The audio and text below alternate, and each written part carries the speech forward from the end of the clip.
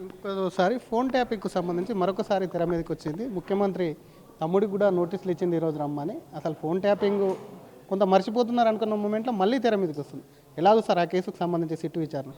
మాకేమనిపిస్తున్నదంటే ఈ మధ్యన టీవీలలో సీరియళ్ళు తక్కువైనాయి, పేపర్లలో కూడా కొన్ని కథనాలు వస్తుంటే నెల నెల మాసపత్రికలు, అదేవిధంగా మిగతా కొన్ని పత్రికలలో సీరియళ్ళు వస్తుండే, అవన్నీ కూడా తగ్గిపోయినాయి. కాబట్టి ఈ ఫోన్ ట్యాపింగ్ సీరియల్ని మీరు చూడండి అనే విధంగా ప్రభుత్వం చూపిస్తూనే ఉన్నది.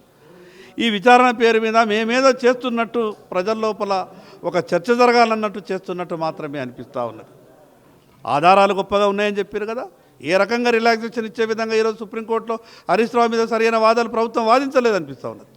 మరి అదేవిధంగా ముఖ్యమంత్రి గారే కదా స్వయంగా నా ఫోన్ ట్యాపింగ్ చేశారని గతంలో పీటీసీ ప్రెసిడెంట్గా మల్కాజ్గిరి ఎంపీగా మాట్లాడారు కదా.